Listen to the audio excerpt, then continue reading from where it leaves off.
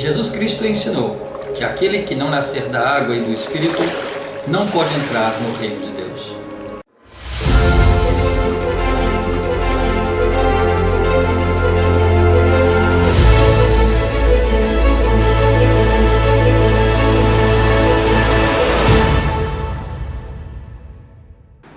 O batismo é essencial para a salvação de todo aquele que nasce, que nasceu ou que nascerá nesta terra. O batismo, ele representa arrependimento dos erros, dos pecados, é o renascer para uma novidade de vida. No batismo, há alguns elementos que podemos comparar com o nosso próprio nascimento. Por exemplo, em nosso nascimento, nós encontramos água, a bolsa de água. Por isso a pessoa no batismo ela é imersa nas águas. Então a bolsa onde o feto se encontra está cheia de água no nascimento. Tem também o sangue. Quando nós nascemos, o sangue de nossa mãe, pois ele é expulso, né? Ele aparece no nascimento. No batismo, também nós pensamos na expiação de Jesus Cristo, né? No sangue derramado pelo Senhor Jesus Cristo. Então temos aí sangue e água, tanto no nosso nascimento como a representação do batismo. E depois temos o Espírito. Quando nós nascemos, o que toma o corpo, né, o nosso corpo é o Espírito. No batismo, assim que nós saímos das águas, é colocado as mãos sobre a nossa cabeça e naquele momento nós então recebemos o Espírito Santo, o dom do Espírito Santo. Então, tanto em uma situação como em outra, tanto no nosso nascimento real como no batismo, nós encontramos esses elementos: o Espírito, o sangue e a água. Assim podemos entender por que Jesus Cristo comparou o batismo com o nosso nascimento. No batismo, nós aprendemos que algumas coisas são essenciais para que ele seja aceito por Deus.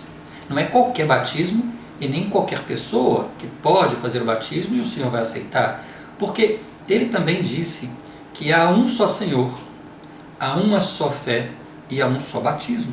Ou seja, há um só Senhor.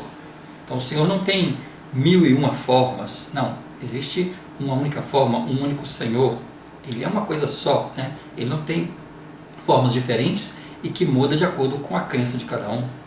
Existe uma só fé, ou seja, existe só um conhecimento que nos levará de volta à presença de Deus. Com milhões e milhões e milhões de pessoas falando tantas coisas no mundo, isso é impossível. Então ele fala que há uma só fé, há uma só crença, há um só caminho. E há um só batismo, ou seja, há uma só forma de batismo reconhecida por ele. E esse batismo reconhecido por ele deve ser feito no local correto, da forma correta e por quem possua autoridade para fazê-lo. Portanto, nós entendemos que somente existe um batismo, ou seja, que não é algo que repetimos ao longo de nossa vida cada vez que desejamos mudar, né? E também essa forma do batismo, para que seja correto, ele tem que ter esses requisitos, né? Não cabe, por exemplo, interpretações de formas e jeitos e lugares e situações de acordo com cada pessoa que interpreta de um jeito, como se fosse uma carta, como se fosse um menu. Há somente uma forma e uma condição para que ele possa ser reconhecido por Deus. Há uma escritura que Deus revela que naquele dia, quando estivermos diante dele, algumas pessoas vão reclamar: Senhor, Senhor, nós não profetizamos em teu nome? E em teu nome nós não expulsamos demônios? Em teu nome nós não fizemos muitas maravilhas? E então o Senhor dirá a eles abertamente: nunca vos conheci, apartai-vos de mim, vós que praticais a iniquidade. Ou seja, que é importante não perder tempo fazendo coisas que não são reconhecidas por Deus. Atualmente é o que mais encontramos no mundo e nas redes sociais, em toda parte, Pessoas que se apropriam de conceitos bíblicos e pregam um cristianismo adaptado, retorcido e adequado às suas interpretações e às suas circunstâncias. Se o batismo ele é essencial à salvação de cada um de nós, então o que nós falaríamos daquelas pessoas que não são cristãs, por exemplo? E daquelas pessoas que não foram batizadas, que foram batizadas de uma forma incorreta, que foram enganadas por falsos pregadores, pastores, professores, por falsos ensinamentos? Não que elas quisessem, mas por acreditarem que estavam fazendo a coisa certa. Se ele disse que há uma só fé, o que dizer dessas pessoas? E aqueles que não tiveram a oportunidade de ser batizadas, que vivem em lugares onde o cristianismo, por exemplo, é proibido? E o que falar dos índios que se encontram em lugares totalmente desconhecidos ainda? E o que falar dos muçulmanos que praticam outras crenças, dos judeus não cristãos que até hoje esperam a vinda do Messias? O que falar do hinduísmo na Índia, do islamismo árabe? O que falar do espiritismo com suas crenças professadas por Allan Kardec? E o que falar das religiões gregas baseadas na mitologia, no profeta Zaratustra? O que falar do budismo, do sikhismo no Paquistão, do Seichunoye no Japão? O que falar das religiões chinesas, da cientologia? O que falar das religiões de matriz africana, do candomblé, da umbanda, da quimbanda, entre outras? O que falar do satanismo, do luciferianismo, do voodoo? O que falar das modernas religiões baseadas na ficção, do Matrix, no jedismo, no pastafarianismo e outras tantas e tantas e tantas religiões e seitas que professam outras crenças e práticas? Não importa sua origem, crença ou prática, todos terão a oportunidade de escolher entre o que acreditam e o que é verdadeiro para Deus. Suas práticas e crenças ou descrenças não os isenta de ser batizados, porque estamos falando desta terra, deste mundo, onde Jesus Cristo é o Deus que governa, e o batismo é essencial se desejamos evoluir, se desejamos voltar um dia à sua presença. O ser humano, nós, todos os seres humanos, somos deuses em embrião. Nós estamos nos preparando para ser um dia como nosso Pai Celestial. Jesus Cristo disse, né? Ele falava: sede vós, pois perfeitos, como é perfeito o vosso Pai que está no céu. E o salmista, lá no Salmo 82, ele fala claramente isso. Ele fala: vós sois deuses, e todos vós sois filhos do Altíssimo. Mas ele completa: todavia morrereis como homens, e caireis como qualquer dos príncipes. Então ele fala: sois deuses, mas vão cair como homens, porque vão ter que aprender. Assim como nós somos hoje, Deus já foi um dia. E assim como Deus é hoje, nós podemos ser um dia. Portanto, apesar de deuses, cairemos como homens, imperfeitos, sujeitos a fraquezas e tentações da carne, do físico. Porém, este é um processo para a nossa evolução. O cair e levantar é necessário para aprender. Porém, há uma outra situação. E o que falar dos que já não se encontram entre nós, dos que já faleceram? O que falar dos mortos? Qual é a situação deles? Nós temos familiares, amigos, temos parentes, pais, avós, tios, que já faleceram. Na época de Jesus Cristo, houve essa mesma dúvida entre os discípulos de Cristo. E eles, questionando a ressurreição, porque uns acreditavam na ressurreição, outros tinham dúvida, como acontece hoje quando as pessoas defendem a reencarnação. Então as pessoas não entendiam esse processo de ressurreição. E o apóstolo Paulo, então, explicava para eles o que era isso. Alguns não acreditavam na ressurreição. E então o apóstolo Paulo, falando sobre ela, ele disse: como a morte veio por um homem, também a ressurreição dos mortos veio por um homem. Porque assim como todos morrem em Adão, assim todos serão vivificados em Cristo. Aqui ele está falando então sobre Adão, né, quando houve a transgressão, então nós caímos, mas somos restituídos, nós somos redimidos por Cristo. E ele continua dizendo, né? Quer dizer, na verdade, ele não falou neste momento em reencarnação, ele disse ressurreição. Ele não falou em reviver, ele falou em ressuscitar. Porque Cristo teve uma experiência com Lázaro, onde Lázaro voltou à vida, mas ali não foi uma ressurreição. Ali Lázaro foi revivido. Então, reviver não é ressuscitar. E o apóstolo Paulo pergunta: de outra maneira, que farão os que se batizam pelos mortos? Se absolutamente os mortos não ressuscitam, por que se batizam pelos mortos? Então o apóstolo Paulo está dizendo: como vocês não acreditam em ressurreição, se vocês estão batizando os mortos, por que vocês batizam os mortos se vocês não acreditam em ressurreição? Vocês devem fazer uma coisa e acreditar naquilo que vocês estão fazendo.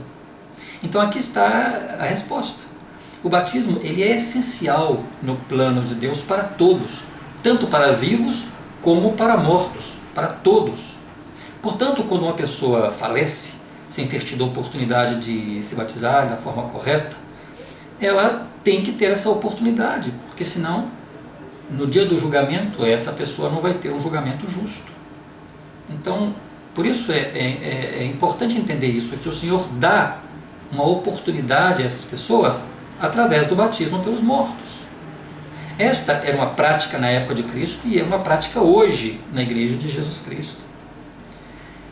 Essa prática é assim, ela consiste em um membro da igreja ser batizado em lugar de uma pessoa falecida. Para alguns que não são membros da igreja ainda, não conhecem a Igreja de Jesus Cristo, isso pode parecer estranho. Na época de Cristo também era estranho.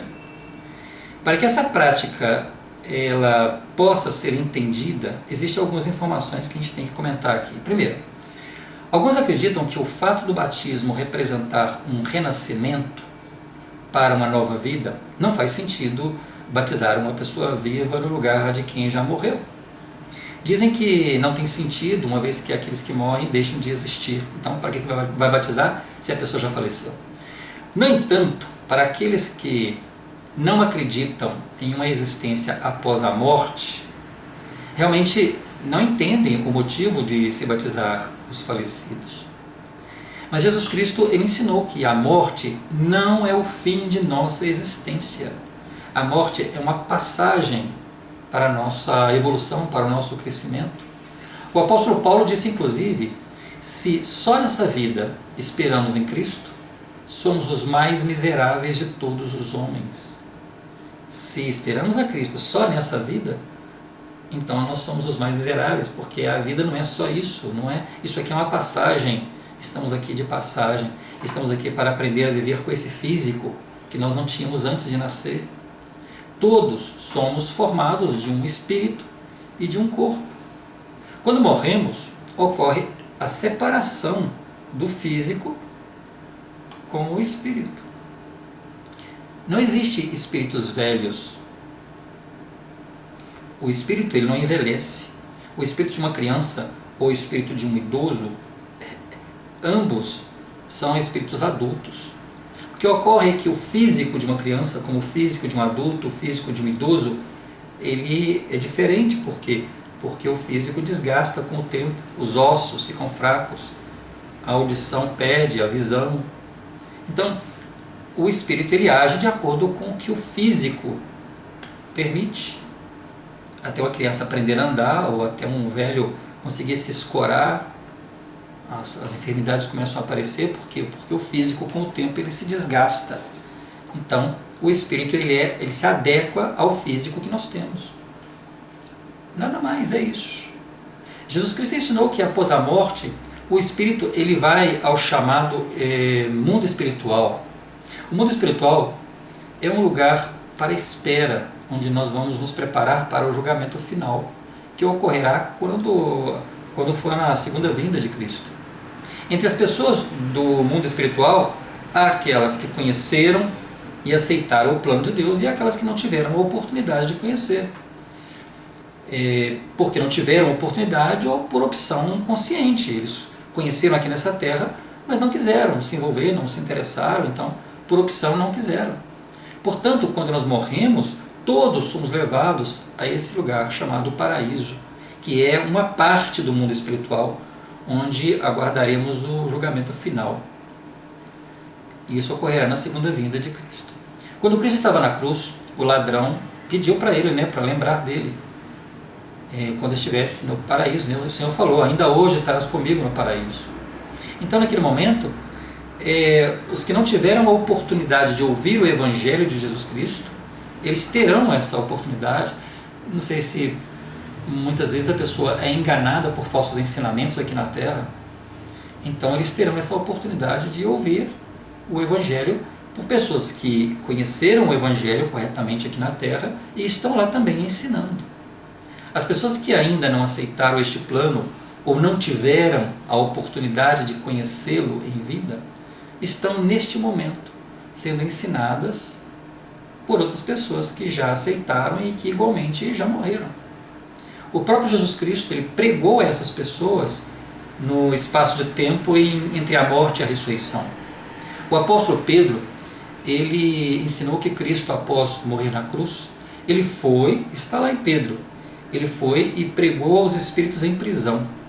Esses espíritos foram aqueles que foram rebeldes na época de Noé e que estavam lá aguardando.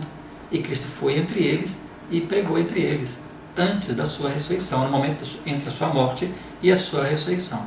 Diz assim a Escritura: porque também Cristo padeceu uma vez pelos pecados, o justo pelos injustos, para levar-nos a Deus, mortificado na verdade na carne, mas vivificado pelo Espírito, no qual também foi e pregou aos espíritos em prisão, os quais no outro tempo foram rebeldes, quando a longanimidade de Deus esperava nos dias de Noé, enquanto se preparava a arca, na qual, isto é, 8 almas se salvaram pela água.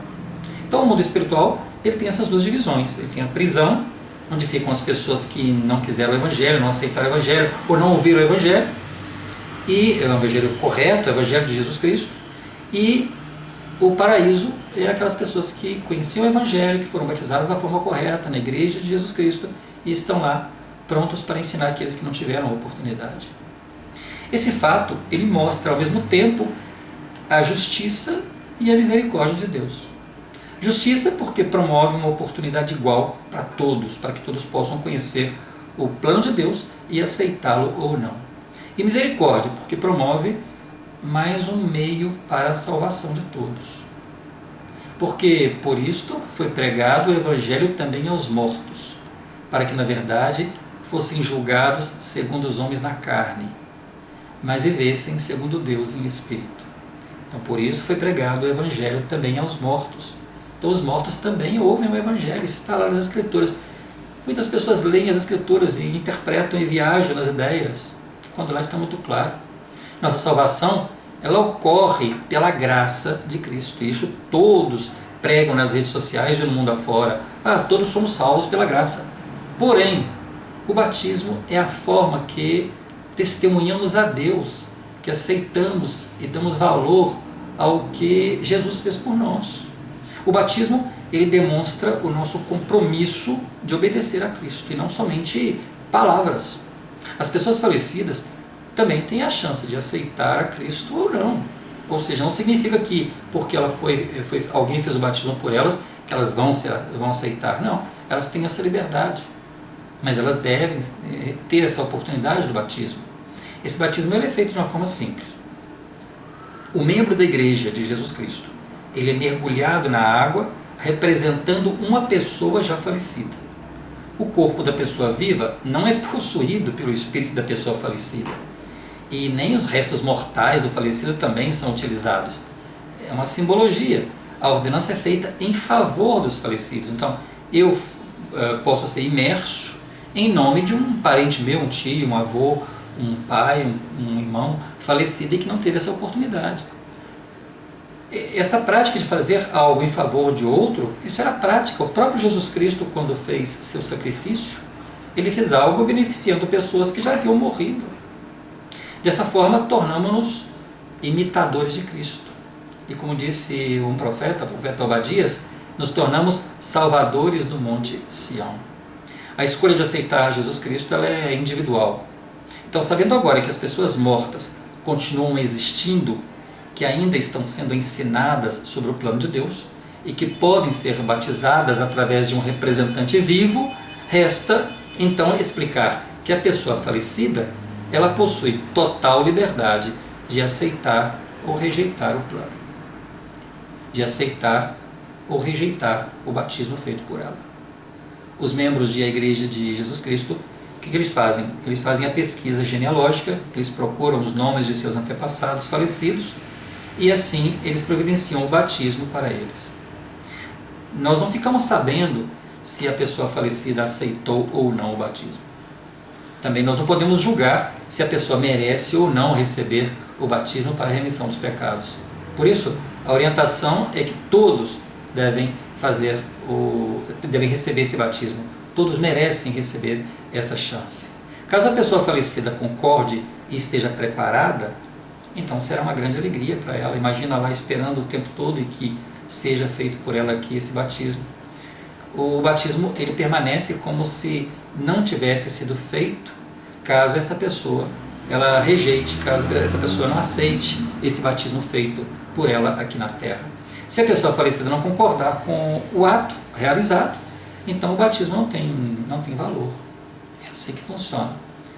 A ordenança é feita, mas ela lá tem a chance de escolher ou não, de aceitar ou não. Bom, em 3 de abril de 1836, o profeta Elias apareceu a José e a seu auxiliar em um dos templos restaurados, em um dos templos da igreja restaurada. E ali ele conferiu a eles o poder selador do sacerdócio, tornando possível selar as famílias ao longo das diversas gerações. Ao conferir este poder, ele cumpriu a profecia de que o Senhor o enviaria para voltar o coração dos pais aos filhos e os filhos aos seus pais. Isso é relatado lá em Malaquias. Isso aconteceria quando a igreja fosse restaurada. Isso aconteceria prestes à segunda vinda de Cristo.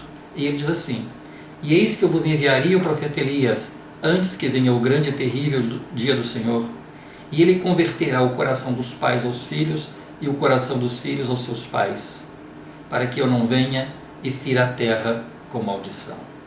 Então, quando nós buscamos os templos e fazemos as ordenanças por nossos falecidos, nós estamos cumprindo essa profecia realizada lá em Malaquias, que os corações dos pais se converteriam aos filhos.